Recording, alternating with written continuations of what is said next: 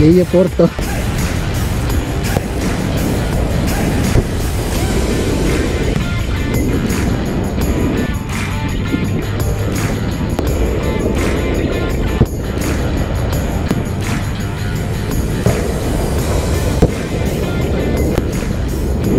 Touchdown tayo ng San Juan, Batangas, mismong bayan. Time check natin, alas 2:57. So 3 minutes before 3.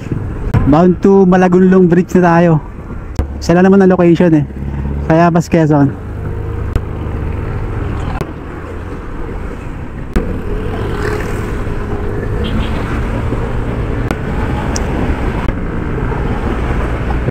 Malamang gagabihin na tayo na ito bago makabalik na Metro Manila.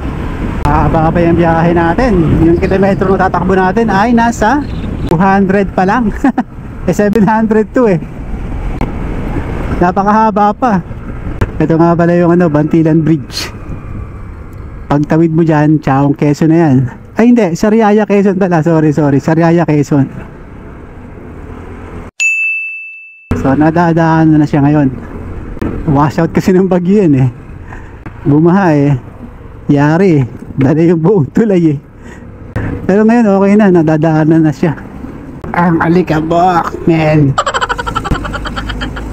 Kanan tayo dito. Alright. Diretso.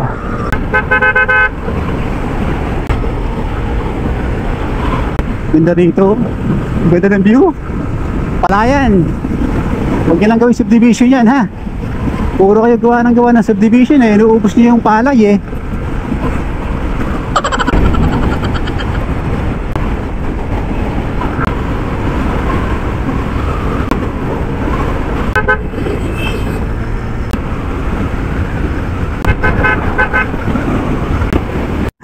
Riles. Ito yung delikado rito.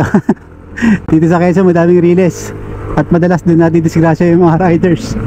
Kaya ingat kayo dito sa mga riles. So na Quezon na tayo. Time check natin 3:25. Papunta tayo ng Malagunlong Bridge. Kaliwa tayo dito. Kaliwa. Layo pa ah. So dito sa Quezon, meron silang pinagmamalaking pansit hab-hab dito. Pag nakakita tayo ng pansit hab-hab, kakain tayo. Hahab-habin natin. Bawat kanya-kanyang lugar kasi meron pinagmamalaking pagkain yan. So dito sa pansit hab-hab, yun ang pinagmamalaki naman ng Lukban, Quezon. Kanan tayo dito. Malagunlong Bridge. Tama ba? Siguro, tama. Ito yung tinuro ni Waze eh. Okay, tara. Kaliwa tayo dito.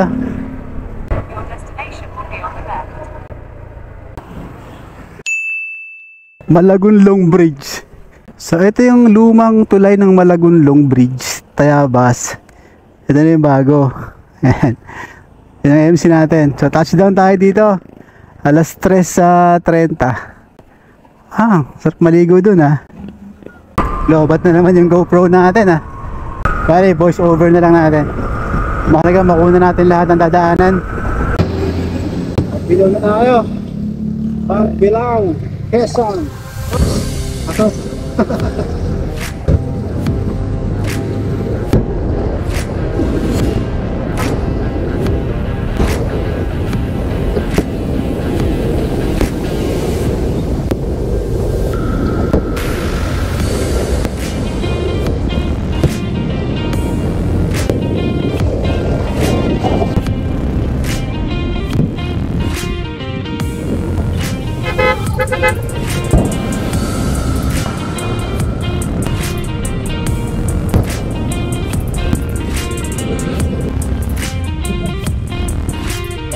Go!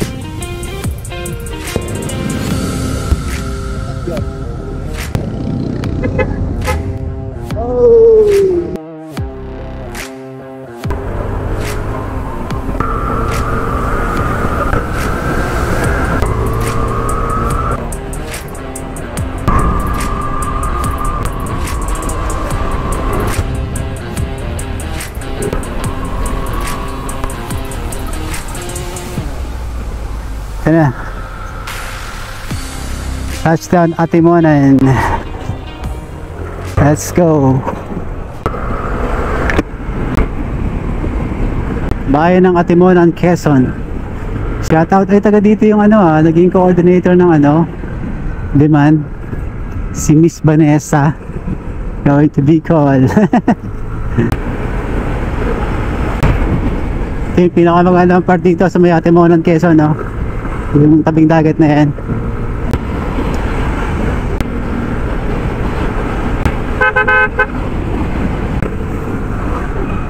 Welcome to Plaridel. Bayan ng Plaridel, Quezon. Ito, isa pa sa pinakamagandang makikita nyo rito. Picture sila dito. Hey! Tawa yung mga madlang people no? So 5:30, nasa Gumaca, Quezon tayo. Ang kaliwa, to Bicol. Ano?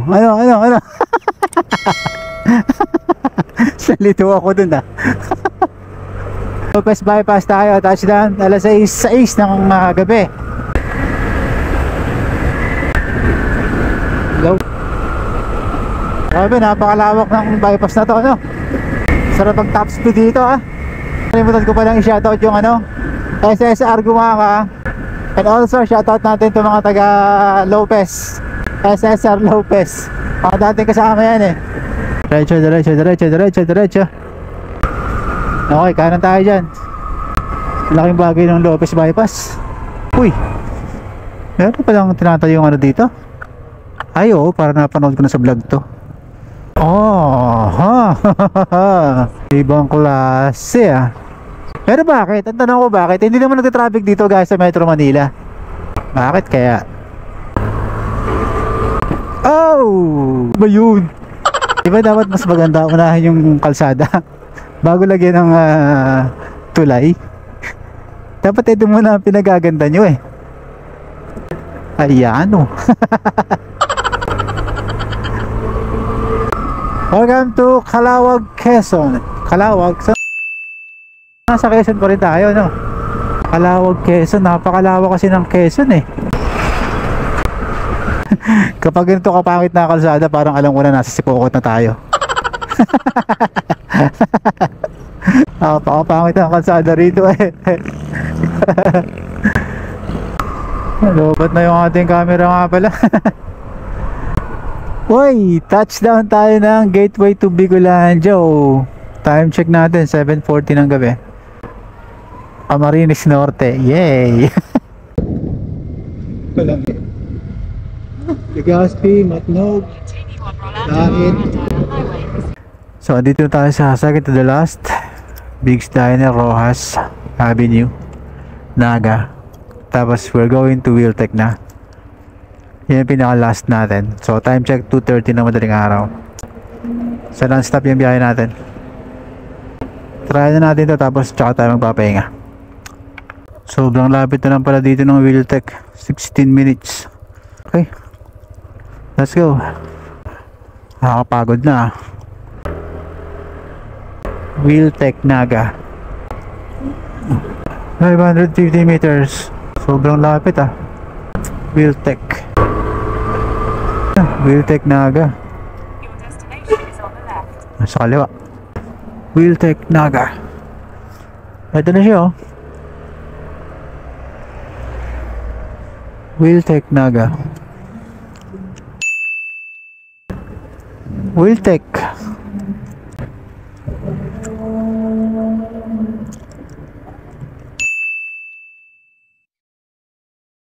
Di tapos na.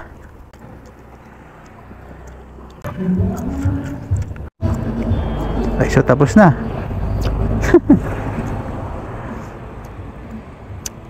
Tapos na yung biyahe natin.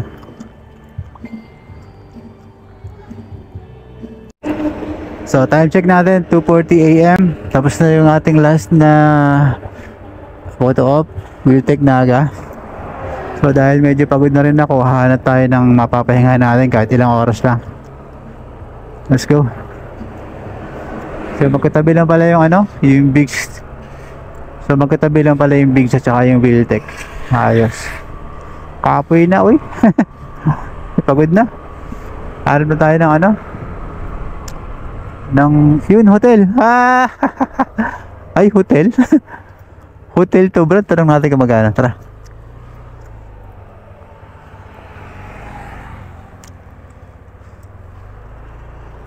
So malapit na malapit lang. Kailangan lang natin matulog kasi dito oh. Tanong natin kung magkano yung 3 hours. Oh, burnout. Entrance. Okay. Ha? Kailangan natin patayin yung ating motor. Tapos mag-inquire tayo sa loob. Let's go.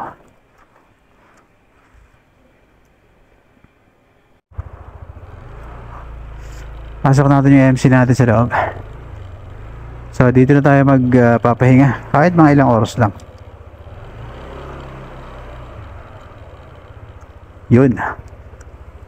Ay. Ganda yung parking nila. Secured na secured. Oops, yeah. Nice one. Ayos. So ang room rates nila dito ay 6 hours 290. Pag aircon 390. Ang mura. Ate, so magkano ang pinakamababa nyo? 320 po aircon 3 hours. 3 hours lang ako, 3 hours lang. Gusto ko lang. Oo. Magkano? 320? Babayaran na ba? Babayaran na? 320. So yan ang rates nila dito. Ayan. Mura. So inabil natin sa 3 lang. 3. Okay. Para makapag-recharge tayo. Lahat ng kailangan natin i-charge. Charge natin. Okay, aircon naman siya. Ito yung kama. And what the fuck is that? What the heck is that? Okay, CR. For 320 siguro. Huwag na tayo mag-expect ng ano. Okay, basic. It's time to rest. Let's go.